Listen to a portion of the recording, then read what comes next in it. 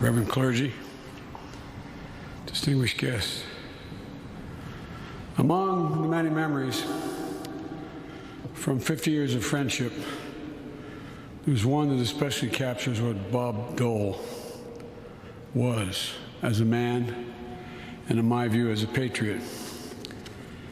We were on our way to the 50th anniversary of D-Day in Normandy, but we started in Italy, in Anzio.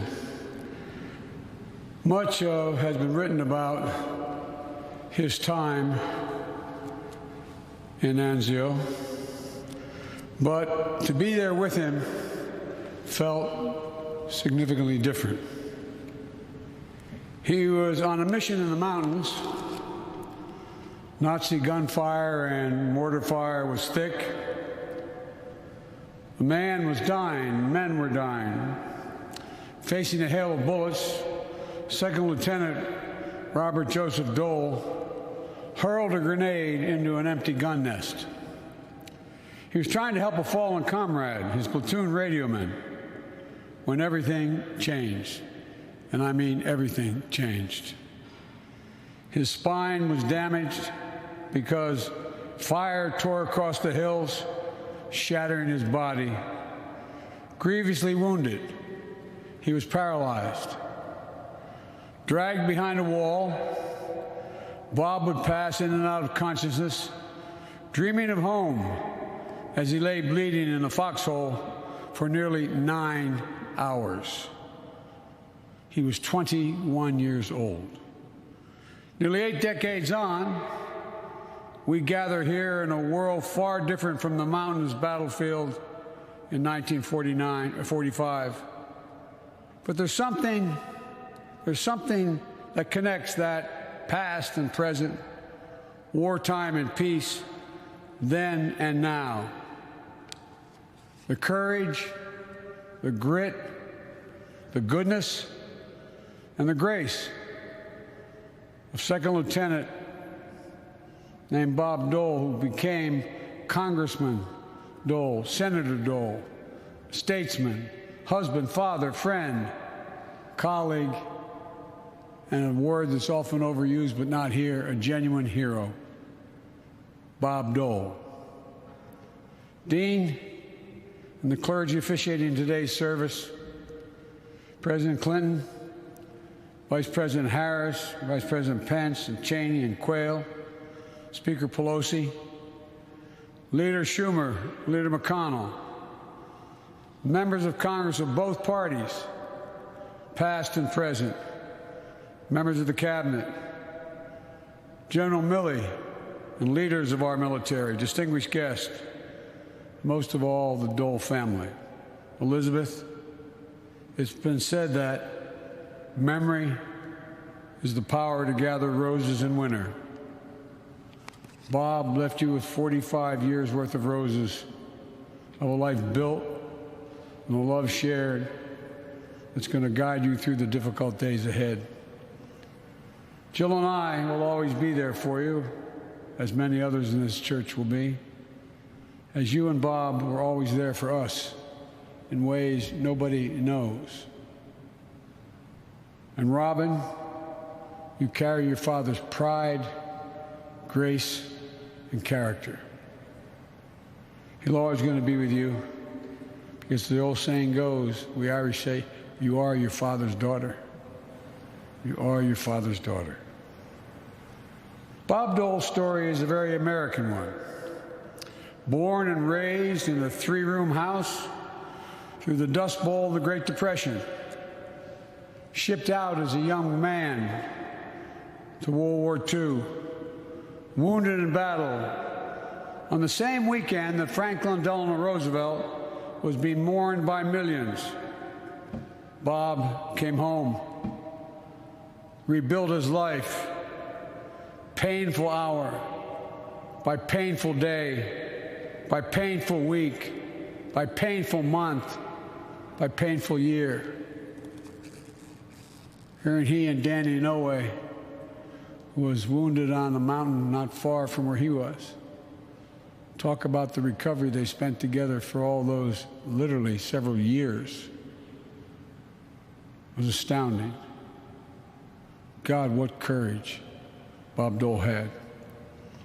He then went to school in the GI Bill, came to Washington with the New Frontier, bravely voted for civil rights and voting rights in the years of the Kennedys, Lyndon Johnson, and Martin Luther King Jr.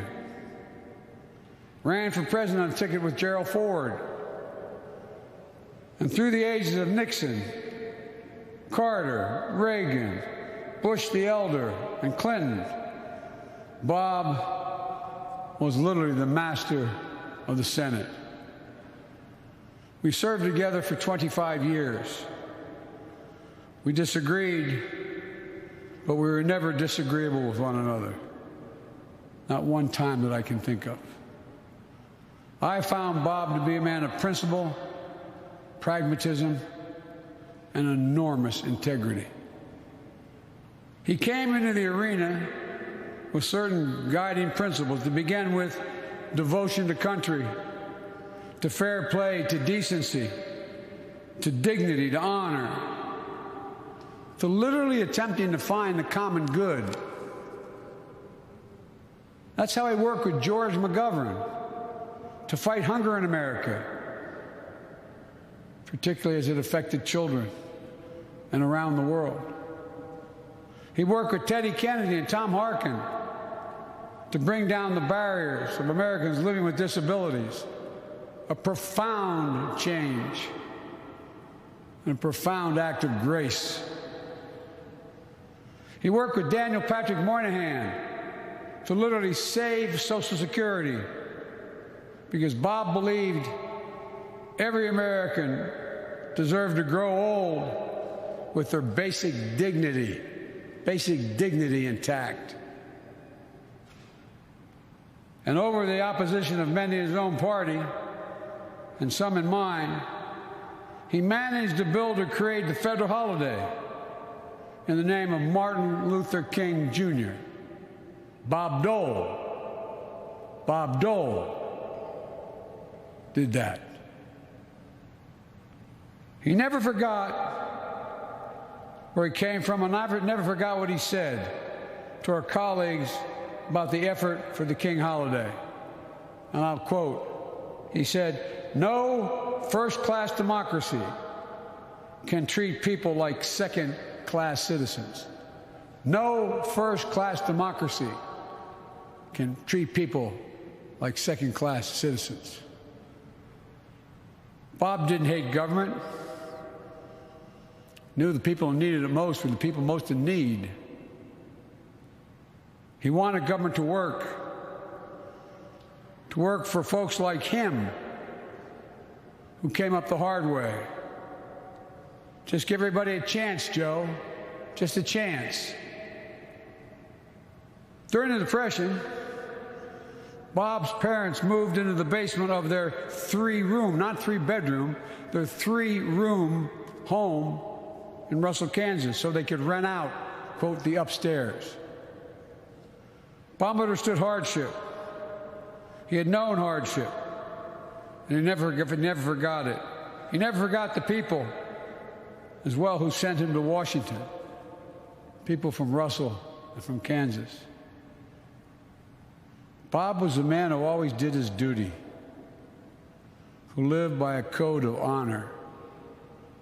Almost seems strange to say that today, but he lived by a code of honor, and he meant it. Just as his colleagues, Republican and Democrat, looked at him, I think they saw him the same way I did. Just ask any who served with him at the time. Bob Dole fit my dad's description. He said, "You must be a man of your word. Without your word, you're not a man." Bob Dole was a man of his word. He loved his country, which he served his whole life. The Bible tells us, to whom much is given, much is expected. And Bob Dole, for all his hardship, believed he'd been given the greatest gift of all. He was an American. He was an American. And he felt it. Let's be honest. Bob Dole was always honest, sometimes to a fault. He once endured the wrath of his fellow Republicans when there was a legitimate fight going on to defund Amtrak. Now, I've traveled over 1,200,000 miles on Amtrak because I commuted every single day. It came time for literally the deciding vote on whether we're going to defund Amtrak. And he cast the vote against his party, deciding to keep funding Amtrak. And obviously, you might guess he was asked why. Why would you do that? He said it's the best way to get Joe Biden the hell out of here at night so he's not home in the morning. Excuse my language. True story. Absolutely true story. God, I love the guy. As I said, he was always honest. But Bob relished a good political fight, as much as anybody I've ever served with in the 36 years I was in the Senate. And Bob gave as good or better than he got. He was a proud Republican. He chaired his party. He led its caucus in the United States Senate. And he bore the banner as its nominee for Vice President and President of the United States. He could be partisan, and that was fine. Americans have been partisan since Jefferson and Hamilton squared off in George Washington's cabinet. But like them, Bob Dole was a patriot. He was a patriot. And here's what his patriotism teaches us, in my view. As Bob Dole himself wrote at the end of his life, and I quote him, "I cannot pretend that I have not been a loyal champion of my party, but I've always served my country best when I did so first and foremost as an American." End of quote. First and foremost as an American. That was Bob Dole. Lydia, that was your husband. That was your dad. Always as an American. He understood that we're all part of something much bigger than ourselves. And he really did, I felt. He really understood it. And the compromise isn't a dirty word. It's the cornerstone of democracy. Consensus is required in a democracy to get anything done. That's how you get things done. Again, listen to Bob Dole's words, not mine. I'm quoting him again. "I learned that it's difficult to get anything done unless you can compromise. Not your principles, but your willingness to see the other side. Those who suggest that compromise is a sign of weakness misunderstand the fundamental strength of democracy." End of quote. In his final days, Bob made it clear that he was deeply concerned about the threat to American democracy, not from foreign nations, but from the division tearing us apart from within. And this soldier reminded us, and I quote, "Too many of us have sacrificed too much in defending freedom from foreign adversaries to allow our democracy to crumble in under a state of infighting that grows more unacceptable day by day." Grows more unacceptable day by day. He wrote this when he knew his days were numbered, in small numbers. My fellow Americans, taps is now sounding for this soldier of America, forged in war tested by adversity. Taps is now sounding for this patriot, driven by a sense of mission, to give back to the land that gave everything to him, for which he nearly gave his all. Taps is now sounding for this giant of our time and of all time. We're bidding this great American farewell, but we know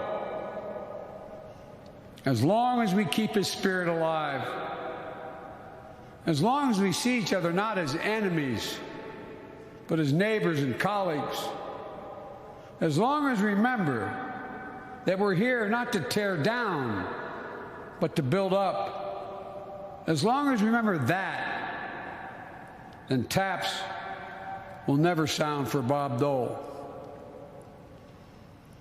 For Bob will be with us always, cracking a joke, moving a bill, finding common ground. In his final message to the nation, Bob said that whenever he started a new journey,